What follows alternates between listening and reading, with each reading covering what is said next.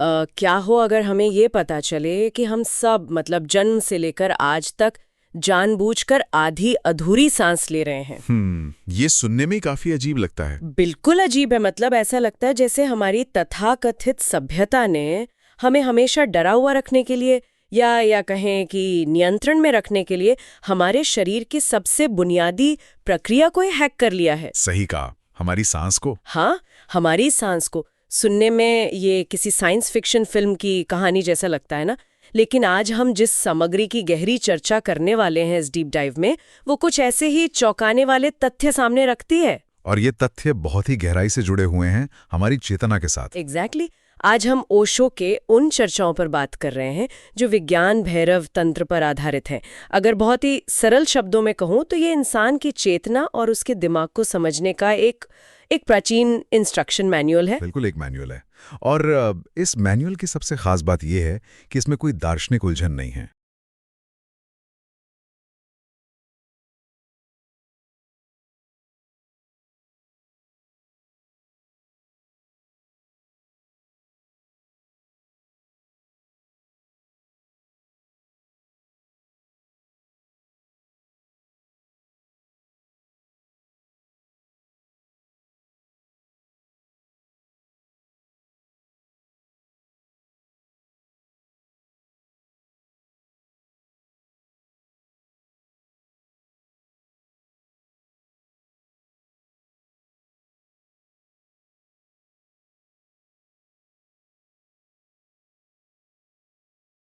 चर्चा को इतना इतना दिलचस्प बनाती है।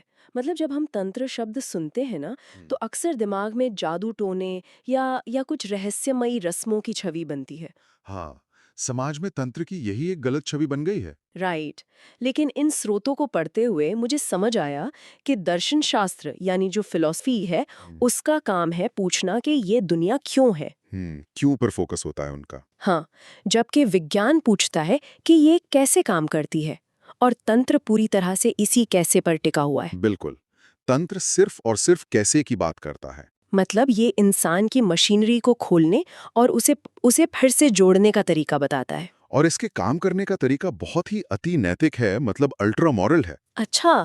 उम्म, एक मिनट, मुझे इसी अति नैतिक वाले हिस्से पर थोड़ी उलझन है। बताइए। और शायद थोड़ा ऐतराज भी है, क्योंकि ये सामग्री कहती है कि तंत्र चरित्र या नैतिकता की परवाह नहीं करता। बिल्कुल नहीं करता। तो मतलब अगर कोई बहुत ही बुरा इंसान या क्रोधी इंसान तंत्र की विधियों का अभ्यास करना चाहे, तो तंत्र उससे ये नहीं कहेगा कि पहले अच्छे इंसान बनो। क्या ये खतरनाक नहीं है? ये डर स्वाभाविक है। मतलब ये तो किसी अपराधी के हाथ में एक शक्तिशाली हथियार देने जैसा हुआ ना। दुनिया का हर धर्म तो यही कहता है ना कि पहले खुद को शुद्ध करो। ये एक बहुत ही लाजमी सवाल है। हम्म। लेकिन इसे एक अलग नजरिए से देखते हैं। मान लीजिए कोई व्यक्ति बहुत बीमार है, वो डॉक्टर के पास जाता है। ठीक है। तो क्या डॉक्टर उससे ये कहता है कि भाई पहले तुम पूरी तरह से स्वस्थ हो जाओ, अपना बुखार ठीक कर लो, तब मैं तुम्हें दवा दूंगा? नहीं, वो तो बेतुकी की बात हो गई। एग्जैक्टली, ये बेतुकी बात है। तंत्र भी यही कहता है कि इंसान का क्रोध, उसका लालच, उसकी चिंताएं, ये सब बीमारी के लक्षण हैं। ओह अच्छा। ये सब उसके अशांत मन का परिणाम है। मतलब तंत्र लक्षणों को नहीं बल्कि सीधे जड़ को पकड़ रहा है। बिल्कुल। तथाकथित धर्म और जो समाज है वो इंसान पर बाहर से नियम थोपते हैं। वो कहते हैं क्रोध मत करो। हाँ, बचपन से यही सिखाया जाता है। और इससे होता क्या है, इंसान क्रोध को दबाना सीख जाता है और भीतर ही भीतर और ज्यादा बीमार हो जाता है। फ्रस्ट्रेशन बढ़ती जाती है। सही कहा। तंत्र इस बात को पूरी तरह खारिज करता है। ये मन की अंदरूनी बनावट को बदलने की एक साइंटिफिक प्रोसेस है। राइट। जैसे जैसे मन का शोर कम होता है ना, इंसान का चरित्र अपने आप बिना किसी दबाव के बदलने लगता है। तंत्र चरित्र को थोपता नहीं है, बल्कि उसे भीतर से खिलने का मौका देता है। ये बहुत ही शक्तिशाली विचार है। और शायद यही कारण है कि समाज हमेशा खाली स्थानों और ऐसी अननोन्स चीजों से डरता है। बिल्कुल डरता है, जो भी चीज कंट्रोल से बाहर हो। हाँ, जो चीज समाज के बनाए खांचे में फिट नहीं बैठती, लोग उसे गालियां देने लगते हैं या उसे ब्लैक मैजिक कह देते हैं। राइट। और तंत्र के इसी बिना शर्त वाले दृष्टिकोण के कारण ही एक नास्तिक, एक हिंदू, मुस्लिम या ईसाई कोई भी इसका प्रयोग कर सकता है। इसके लिए किसी बिलीफ सिस्टम की जरूरत नहीं। सही कहा। अब क्योंकि ये एक प्रायोगिक विज्ञान है, ये तंत्र की 112 विधियों में से शुरुआत की कुछ विधियां उस चीज पर काम करती हैं जो जो जीवन और ब्रह्मांड के बीच का सबसे सीधा पुल है। यानी हमारी सांस। एग्जैक्टली सांस। एक ऐसी चीज जो हमारे पैदा होने से लेके मरने तक लगातार चल रही है बिना रुके, लेकिन हम उस पर कभी ध्यान ही नहीं देते। वो ऑटोमेटिक चल रही है। हाँ, और ओशो की इन चर्चाओं में योग और तंत्र के बीच का जो अंतर बताया गया है वो बहुत ही स्पष्ट है। वो अंतर समझना बहुत जरूरी है। योग सांस को एक व्यायाम की तरह देखता है। राइट। उसे व्यवस्थित करके शरीर को स्वस्थ और लंबी उम्र देना चाहता है। हाँ, योग का लक्ष्य शरीर है। लेकिन तंत्र का सांस के व्यायाम से कोई लेना देना नहीं है। तंत्र के लिए सांस सिर्फ एक वाहन है, एक जरिया है। हाँ, एक जरिया है चेतना को बाहर की दुनिया से खींचकर भीतर मोड़ने का। और यहीं पर विज्ञान भैरव तंत्र की पहली 2 विधियां आती हैं। ये विधियां 2 सांसों के बीच के अंतराल पर आधारित हैं। अंतराल मतलब गैप। हाँ, वो सूक्ष्म गैप।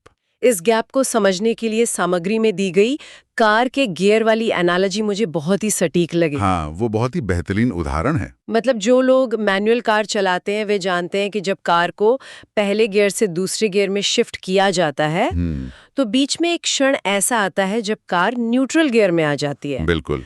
और उस एक पल के लिए कार का इंजन पहियों से पूरी तरह कट जाता है। राइट। कार चल तो रही होती है मोमेंटम की वजह से, लेकिन इंजन की कोई भी ताकत पहियों तक नहीं पहुंच रही होती। एकदम सही। और हमारी सांस का विज्ञान भी ठीक ऐसा ही है। कैसे? थोड़ा इसे खोलकर समझाइए। देखिए, सांस अंदर आती है जिसे हम जीवन या जन्म कह सकते हैं। ठीक है। फिर वो मुड़ती है और बाहर जाती है, जिसे इस स्रोत में मृत्यु कहा गया है। लेकिन उस मुड़ने के बिंदु पर अंदर आकर बाहर जाने से ठीक 1 मिलीसेकंड पहले एक ठहराव होता है। मतलब जब सांस टर्न ले रही होती है। हाँ, एक ऐसा न्यूट्रल गियर जहां ना सांस अंदर है ना बाहर है। तंत्र कहता है कि उस मुड़ने के बिंदु पर शरीर और मन का संपर्क पूरी तरह टूट जाता है। माय गुडनेस, मतलब इंजन और पहिए अलग हो गए। एग्जैक्टली। और इसी बिंदु पर इंसान को अपने शुद्ध अस्तित्व का अनुभव होता है। लेकिन यहाँ एक सवाल और उठता है। बताइए। अगर कोई व्यक्ति सांस के उस गैप को, उस ठहराव को देख भी ले तो उससे मन कैसे ठहर जाता है? मतलब दिमाग तो हमेशा विचारों से भागता रहता है ना। हाँ। तो उसका सांस के रुकने से क्या शारीरिक या साइकोलॉजिकल कनेक्शन है? बहुत ही गहरा कनेक्शन है, और ये कनेक्शन ऊर्जा के प्रवाह से जुड़ा है। ऊर्जा का प्रवाह? हाँ, सोचिए मन क्या है। मन विचारों का एक निरंतर प्रवाह है, एक नदी की तरह। राइट। और किसी भी प्रवाह को चलने के लिए गति की जरूरत होती है, मूवमेंट चाहिए। बिल्कुल। सांस हमारे शरीर में गति का सबसे बड़ा साधन है। जब सांस का आना जाना एक पल के लिए ठहरता है, जो वो न्यूट्रल गियर वाला गैप है, हाँ, तो मन को अपनी गति बनाए रखने के लिए जो ईंधन चाहिए था वो अचानक कट जाता है। ओ, जैसे किसी मशीन का प्लग 1 सेकंड के लिए निकाल दिया गया हो। एग्जैक्टली। उस न्यूट्रल अवस्था में मन काम ही नहीं कर सकता, क्योंकि मन के पास ठहरने की कोई व्यवस्था नहीं है। मन सिर्फ चल सकता है। ये तो बहुत ही साइंटिफिक लॉजिक है। इंजन चल रहा है लेकिन पहियों तक पावर नहीं जा रही। बिल्कुल। और एक दिलचस्प बात जो स्रोत में बताई गई है कि गौतम बुद्ध ने भी ध्यान की जो विधि दी थी, आनापानसति योग, हाँ, जो बहुत प्रसिद्ध है, उसमें भी सांस के प्रति सजग रहने को कहा गया है। लेकिन ओशो ने यह भी बताया कि बुद्ध ने आम लोगों को उस अंतराल या उस गैप को खोजने से मना किया था। हाँ, बुद्ध ने मना किया था। शक्तिशाली है, इतना महत्वपूर्ण है, तो उसे खोजना क्यों नहीं चाहिए? इसके पीछे बुद्ध का बहुत ही गहरा मनोविज्ञान था। कैसा मनोविज्ञान? देखिए, अगर लोगों से कहा जाता कि जाओ उस अंतराल को खोजो जहां असीम शांति है, तो क्या होता? लोगों से ढूंढने लगते। हाँ। और इंसान के मन में उस शांति को पाने की एक नई इच्छा पैदा हो जाती। ओह, एक नया डिजायर। बिल्कुल। और जहां इच्छा आ गई, जहां डिजायर आ गया, वहां मन फिर से सक्रिय हो गया। राइट, मतलब मन ने अपना काम फिर से शुरू कर दिया। हाँ, फिर से शोर शुरू हो जाएगा। मन कहेगा मुझे वो गैप चाहिए, मुझे वो शांति चाहिए। मतलब शांति पाने का लालच भी एक तरह का तनाव ही पैदा कर देगा। एग्जैक्टली। शांति की इच्छा ही अशांति बन जाएगी। क्या बात है, ये बहुत ही बारीक पॉइंट है। इसीलिए बुद्ध ने सिर्फ इतनी बात कही कि सांस अंदर आ रही है उसे देखो, बाहर जा रही है उसे देखो, बस। मतलब सिर्फ ऑब्जर्व करो। हाँ, अगर इंसान बिना किसी लालच के सिर्फ सांस का साक्षी बन जाए तो वो गैप अपने आप किसी न किसी दिन सामने आ ही जाएगा। उसे खोजना नहीं पड़ता। ये बहुत ही सुंदर विचार है, लेकिन अगर सांस में इतनी शक्ति है जो सीधा इंसान की चेतना को ही बदल सकती है, तो इंसान प्राकृतिक रूप से गहरी सांस क्यों नहीं लेता? ये एक बहुत बड़ा सवाल है। मतलब यहाँ आकर ये चर्चा मानव मनोविज्ञान के एक बहुत ही गहरे और थोड़े डार्क अंतर्विरोध की ओर ले जाती है। तंत्र की तीसरी विधि कहती है कि सांस को नाभि तक, यानी हमारे सेंटर तक जाना चाहिए। सही, नाभि हमारा असली केंद्र है। हाँ, और स्रोत में ये उदाहरण है कि अगर किसी छोटे बच्चे को सोते हुए देखा जाए तो उसका पेट सांस के साथ ऊपर नीचे होता है, छाती नहीं। बिल्कुल, बच्चे हमेशा नाभि से सांस लेते हैं। और इसीलिए बच्चे समग्र होते हैं, वो होल होते हैं। समग्र मतलब अगर वे रोते हैं तो उनकी पूरी सत्ता रोती है, उनका पूरा शरीर रोता है। हाँ, बच्चे रोते हैं तो पूरी एनर्जी लगा देते हैं। और अगर वे खुश होते हैं तो पूरा शरीर खुशी से कांपता है, उनके अंदर कोई बंटवारा नहीं होता। लेकिन जैसे जैसे हम बड़े होते हैं हमारी सांस उथली हो जाती है, वो बस छाती तक जाती है और वहीं से लौट आती है। उथली सांस हमारी आदत बन जाती है। मैं आपको बताऊं, मैंने हमेशा सोचा था कि ये शायद फेफड़ों का कोई शारीरिक बदलाव है, मतलब उम्र के साथ शायद लंग्स ऐसे ही काम करते हैं। ज्यादातर लोग यही सोचते हैं। लेकिन इन प्रवचनों को पढ़ने पर सच में रोंगटे खड़े हो जाते हैं। ये कोई शारीरिक बदलाव नहीं है, ये एक साइकोलॉजिकल डिफेंस मैकेनिज्म है। बिल्कुल, एक बचाव का तरीका। हमारी आधुनिक सभ्यता इंसान को अपनी समग्रता से, अपनी टोटलिटी से डरना सिखाती है। इंसान को हमेशा सिखाया गया है कि अपनी भावनाओं पर कंट्रोल रखो। हाँ, ज्यादा मत हंसो, जोर से मत रो। और इस नियंत्रण का सीधा शारीरिक प्रभाव हमारी सांस पर पड़ता है। वो कैसे? जब सांस छाती तक ही सीमित रहती है ना, तो शरीर के निचले हिस्से में कम ऑक्सीजन पहुंचती है। ये दिमाग को एक सिग्नल भेजता है, एक तरह की पैसिव एंजाइटी का या फाइट और फ्लाइट की स्थिति में रहने का सिग्नल। ओह, मतलब हम लगातार एक लो लेवल स्ट्रेस में रहते हैं। एग्जैक्टली। उथली सांस के कारण शरीर की ऊर्जा कम रहती है। और ऊर्जा कम होगी तो इंसान विद्रोह नहीं करेगा। सही कहा, वो बस समाज के बनाए नियमों में बंधा रहेगा।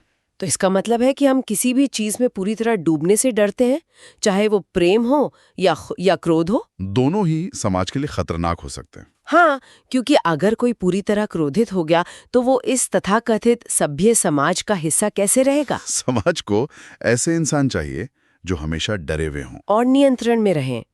क्या इसीलिए मुझे एक उदाहरण याद आ रहा है। जब कोई पहाड़ों पर जाता है, शहर की भीड़ भाड़ से दूर, तो अचानक बहुत गहरी सांस लेने लगता है। हमें लगता है कि ये ताजी हवा का कमाल है, लेकिन असल कारण कुछ और ही है। हाँ, असल में वहाँ समाज का डर नहीं होता। बिल्कुल। वहाँ कोई पुलिस नहीं है, कोई जज नहीं है, कोई बॉस नहीं है जो ये देखे कि कौन कैसा व्यवहार कर रहा है। तो सांस अपने आप नाभि तक जाने लगती है। ये एकदम सटीक ऑब्जर्वेशन है।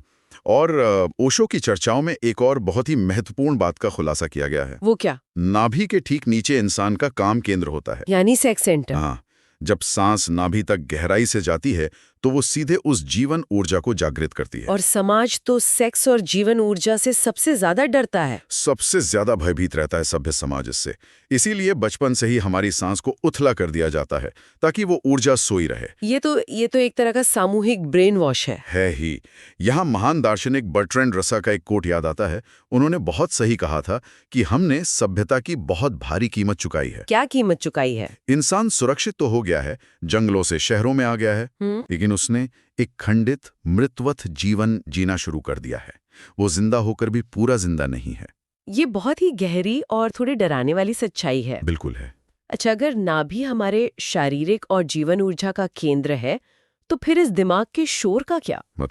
मतलब इंसान के मन में जो विचारों का तूफान 24 घंटे चलता रहता है, ओवर थिंकिंग, उसे तंत्र कैसे संभालता है? यहाँ से तंत्र की चर्चा बहुत ही रहस्यमयी लेकिन पूरी तरह साइंटिफिक दिशा में मुड़ती है। तंत्र की 5वीं विधि हमारा ध्यान भ्रिकुटियों के मध्य, यानी दोनों आंखों के बीच स्थित तीसरी आंख की ओर ले जाती है, जिसे पीनियल ग्रंथि भी कहते हैं। हाँ, पीनियल ग्रंथि।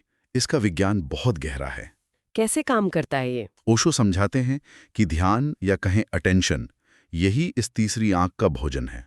अटेंशन ही भोजन है? हाँ, जैसे ही व्यक्ति दोनों आंखों के बीच अपना पूरा ध्यान केंद्रित करता है, तो विचारों का वो जो तूफान है वो अचानक थमने लगता है और व्यक्ति विचारों का साक्षी यानी एक विटनेस बन जाता है। क्या इसके पीछे का मैकेनिज्म वैसा ही है जैसे हम बचपन में एक मैग्नीफाइंग ग्लास से खेलते थे? मैग्नीफाइंग ग्लास वाला क्या उदाहरण है? मतलब जब हम सूरज की बिखरी हुई किरणों को मैग्नीफाइंग ग्लास के जरिए किसी एक बिंदु पर एक कागज पर केंद्रित करते हैं, हाँ हाँ, तो जब वे सारी किरणें एक जगह इकट्ठी होती हैं तो कागज जलने लगता है।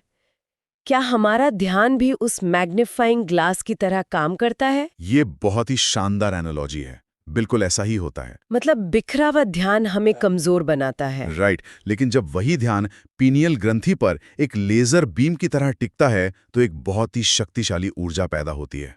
सब कुछ एकाग्र हो जाता है। और सामग्री में हवा और प्राण को लेकर भी एक बहुत ही चौंकाने वाला तथ्य सामने आया है। हाँ, प्राण का कंसेप्ट। हम तो यही सोचते हैं ना कि हम ऑक्सीजन के सहारे जी रहे हैं, बिल्कुल। लेकिन ओशो समझाते हैं कि हवा केवल एक वाहन है, एक गाड़ी की तरह। उसके भीतर जो असली जीवन तत्व है वो प्राण है। बिल्कुल। आधुनिक विज्ञान भले ही इसे पूरी तरह न माने, लेकिन जर्मन साइकोलॉजिस्ट विल्हेम रेख ने इसके वजूद को स्वीकारा था। हाँ, उन्होंने इसे ऑर्गन एनर्जी का नाम दिया था। Right, organ energy. और इसे साबित करने के लिए मिस्र का 1880 का एक बहुत ही हैरान करने वाला ऐतिहासिक किस्सा दिया गया इस किताब में। वो किस्सा जिसमें एक व्यक्ति को 40 साल तक जमीन में गाड़ कर रखा गया था। बिल्कुल, मतलब सोचिए 40 साल। ये असंभव लगता है सुनने में। वही तो, वहां हवा का कोई नामो निशान नहीं था, ऑक्सीजन आ ही नहीं सकती थी, लेकिन जब उसे निकाला गया तो वो व्यक्ति जीवित था। हाँ, ये कैसे संभव है? कोई बिना ऑक्सीजन के कैसे जी सकता है? ये इसलिए संभव है क्योंकि उस व्यक्ति ने अपने शरीर के मेटाबॉलिज्म को, अपनी पूरी बायोलॉजिकल प्रोसेस को एक अलग ही स्तर पर शिफ्ट कर लिया था। मतलब उसने ऑक्सीजन पर अपनी निर्भरता खत्म कर दी। एग्जैक्टली। उसने ये सीख लिया था कि बिना हवा रूपी वाहन के सीधे ब्रह्मांड से प्राण या ऑर्गन एनर्जी को कैसे सोखा जाता है। My God! ये अवस्था हमारे विज्ञान के वर्तमान नियमों को पूरी तरह चुनौती देती है। बिल्कुल देती है। लेकिन इसके साथ तंत्र एक बहुत बड़ी चेतावनी भी देता है। चेतावनी? कैसे चेतावनी? जब कोई व्यक्ति तीसरी आंख पर इस तरह केंद्रित हो जाता है ना, हाँ, तो उसके भीतर एक बहुत ही खतरनाक क्षमता आ जाती है। उसकी जो कल्पना है, उसकी जो इमेजिनेशन है, वो हकीकत बन जाती है। ये बात मुझे पूरे टेक्स्ट में सबसे ज्यादा डरावनी और रहस्यमयी लगी। है ही? कल्पना का हकीकत बनना। और इसका मैकेनिज्म समझाने के लिए कृत्रिम सम्मोहन यानी हिप्नोटिज्म का जो उदाहरण दिया गया है वो बहुत सटीक है। हिप्नोटिज्म इसका बेस्ट प्रूफ है। हिप्नोटिज्म में असल में होता क्या है? जब कोई सम्मोहन करता किसी इंसान से पेंडुलम या किसी एक बिंदु पर ध्यान लगाने को कहता है, तो कुछ ही मिनटों में उस इंसान की पूरी चेतना उस तीसरी आंख के केंद्र में खिंच जाती है। और जब चेतना वहां होती है ना, तो दिमाग ये भूल जाता है कि बाहर की भौतिक दुनिया क्या है और अंदर की कल्पना क्या है। मतलब उसके लिए सच और झूठ का फर्क मिट जाता है। दिमाग के लिए दोनों एक हो जाते हैं। इसी बात को साबित करने के लिए जो उदाहरण दिया गया है ना, वो किसी के भी होश उड़ा सकता है। वो आग के अंगारे वाला? हाँ। अगर हिप्नोटाइज किए गए किसी इंसान की हथेली पर सम्मोहन करता एक साधारण सा बिल्कुल ठंडा कंकड़ रख दे और उसे निर्देश दे कि ये आग का दहकता हुआ अंगारा है, तो उस इंसान के शरीर की प्रतिक्रिया क्या होगी? उसकी हथेली सचमुच जल जाएगी। एग्जैक्टली, वहां फपोले पड़ जाएंगे एक ठंडे कंकड़ से। ये कैसे होता है, इसका विज्ञान भी समझना जरूरी है। हाँ, बताइए। ऐसा इसलिए होता है क्योंकि जब दिमाग पूरी तरह से ये मान लेता है कि वो कंकड़ नहीं अंगारा है, तो वो शरीर के डिफेंस मैकेनिज्म को तुरंत सिग्नल भेजता है कि खतरा है। ओह। शरीर के ब्लड सेल्स तुरंत उस हिस्से की ओर भागते हैं और उस तथाकथित आग से त्वचा को बचाने के लिए वहां पानी का एक फपोला पैदा कर देते हैं। मतलब दिमाग ने कल्पना को सच मानकर शरीर को बदल दिया। बिल्कुल, ये कल्पना का भौतिक यथार्थ में यानी फिजिकल रियलिटी में बदलना है। ये तो ये साबित करते कि हमारा शरीर सिर्फ और सिर्फ हमारे दिमाग का गुलाम है। 100% गुलाम है। और शायद यही कारण है कि तंत्र बार बार तीसरी आंख के प्रयोग से पहले शुद्धि की बात करता है। हाँ, शुद्धि बहुत जरूरी है इस लेवल पर। और यहाँ शुद्धि का मतलब किसी धार्मिक नैतिकता से नहीं है, राइट? नहीं, ये कोई मॉरल पुलिसिंग नहीं है। ये एक विशुद्ध साइंटिफिक प्रिकॉशन है, एक सावधानी। एग्जैक्टली। सोचिए, मान लीजिए किसी के मन में हत्या या आत्महत्या के विचार चल रहे हैं। नेगेटिव विचार? हाँ, और अचानक उसका ध्यान तीसरी आंख पर टिक जाए तो वे हिंसक विचार उसी वक्त हकीकत का रूप ले सकते हैं। वो इंसान सच में खुद को या किसी और को नुकसान पहुंचा सकता है क्योंकि उसकी कल्पना रियलिटी बन जाएगी। बाप रे, ये तो सच में खतरनाक है। इसी संदर्भ में गौतम बुद्ध और उनके शिष्य सारिपुत की एक कहानी का जिक्र भी इस सामग्री में है। हाँ, जब सारिपुत गहरे ध्यान में गए थे। राइट। तो उन्हें देवता, स्वर्ग, नरक सब कुछ बिल्कुल असली लगने लगा था। जब उन्होंने घबराकर बुद्ध से पूछा कि ये सब क्या है, तो बुद्ध ने कहा कि तीसरी आंख के केंद्र से जो भी सोचा जाता है वो यथार्थ लगने लगता है, वो सच लगने लगता है। मतलब वो सिर्फ उनकी कल्पना थी जो तीसरी आंख की वजह से सॉलिड हो गई थी। बिल्कुल। अगर हम इसे थोड़े बड़े परिप्रेक्ष्य में देखें तो आदि शंकराचार्य का ये कहना कि ये संसार ईश्वर का स्वप्न है, माया है, ये कोई फिलॉसफी की किताब में बैठ के सोची गई बात नहीं थी। नहीं, ये उनका प्रैक्टिकल एक्सपीरियंस था। हाँ, ये उन लोगों का सीधा साइंटिफिक अनुभव था जो तीसरी आंख के केंद्र पर स्थित होकर इस ब्रह्मांड को देख रहे थे। सही कहा, वो देख पा रहे थे कि मन कैसे रियलिटी बनाता है। अब इतनी गूढ़ और शक्तिशाली विधियों को सुनकर किसी के भी मन में ये सवाल उठना लाजमी है कि क्या इसके लिए सब कुछ छोड़ना पड़ेगा? एग्जैक्टली क्या इन सब का अभ्यास करने के लिए सब कुछ छोड़कर हिमालय की गुफाओं में जाना होगा? क्या अपनी जॉब, अपनी फैमिली, सांसारिक जीवन को छोड़ना पड़ेगा? ये सबसे कॉमन डाउट है। और यहीं पर विज्ञान भैरव तंत्र की छठी विधि आती है जो इसे आज के इंसान के लिए बहुत ही प्रैक्टिकल बनाती है। हाँ, वो विधि जो रोजमर्रा के जीवन से जुड़ी है। ये विधि कहती है कि आपको जीवन छोड़ने की कोई जरूरत नहीं है। बिल्कुल नहीं। आप खाना खा रहे हैं, चल रहे हैं, ऑफिस का काम कर रहे हैं, बस उसी दौरान अपना ध्यान उन दो सांसों के बीच के अंतराल पर टिकाए रखने का अभ्यास करें। और इससे होता क्या है? इससे जीवन में चेतना के दो अलग अलग स्तर बन जाते हैं। दो स्तर। हाँ। एक है परिधि यानी बाहर का घेरा, जहां दुनियादारी का काम चल रहा है। राइट, जहां शरीर हरकत कर रहा है, आप ऑफिस में हैं, बात कर रहे हैं।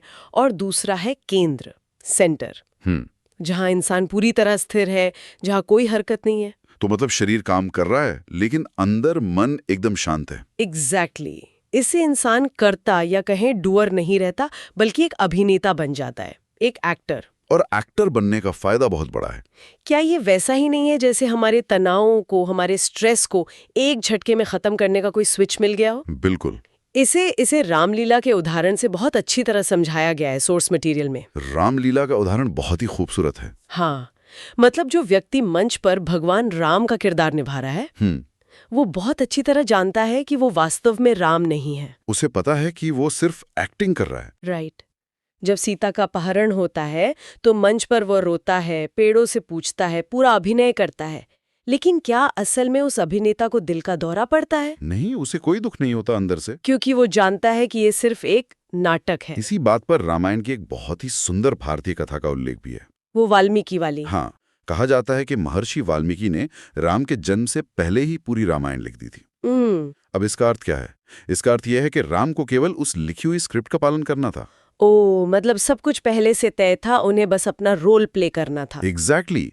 जब इंसान खुद को अपनी भूमिकाओं से, चाहे वो पति की भूमिका हो, पत्नी की हो या किसी कंपनी के बॉस की हो, जब वो खुद को उससे पूरी तरह जोड़ लेता है, अपना आइडेंटिफिकेशन बना लेता है, तब जीवन में गंभीरता आ जाती है। और यही गंभीरता ही हर तरह के मानसिक तनाव और डिप्रेशन की जड़ है। 100% यही जड़ है। लेकिन जब इंसान उस सांस के अंतराल में, उस न्यूट्रल गियर में केंद्रित होता है, तो वो खुद को इन भूमिकाओं से अलग देख पाता है। वो विटनेस बन जाता है। और तब जीवन कोई बोझ नहीं रह जाता, वो एक लीला या एक खेल बन जाता है। तंत्र हमें जीवन को देखने का यही एक बिल्कुल नया और एकदम तनाव मुक्त नजरिया देता है। ये हमें खंडित से समग्र होने का रास्ता दिखाता है। बिल्कुल। तो आज की इस गहन चर्चा में, इस डीप डाइव में हमने बहुत सी परतें खोली और बहुत से भ्रम भी तोड़े। हाँ, हमने देखा कि तंत्र कोई डरावना जादू नहीं, बल्कि कैसे पर आधारित एक अति नैतिक विज्ञान है, एक प्रैक्टिकल मैनुअल है। हमने सांस के उस न्यूट्रल गियर के मैकेनिज्म को समझा